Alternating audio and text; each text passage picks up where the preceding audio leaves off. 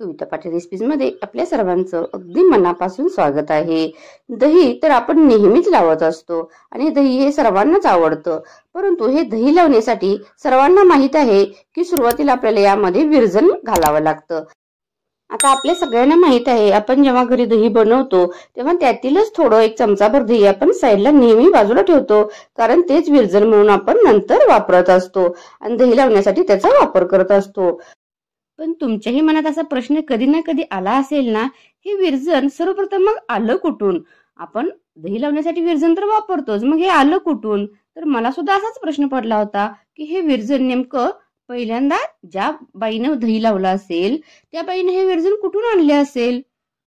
सर्वप्रथम मी ज्या तारखा सांगते त्या तारखा लक्षात ठेवा। 13 जुलै, 9 ऑगस्ट, 6 सप्टेंबर आणि 3 ऑक्टोबर।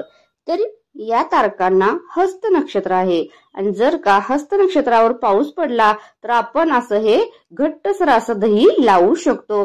तर तुम्ही पण नक्की असा प्रयोग करून पहा।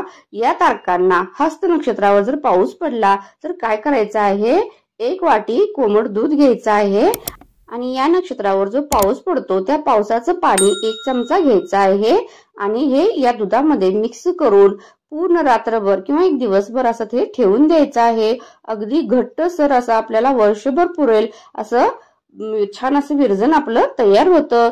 तर चला आपण सर्वजण हा प्रयोग नक्की करून पाहूया, कारण मी ही रील्स इन्स्टावर पाहिली होती, म्हटलं चला तुमच्याशी पण शेअर करूया।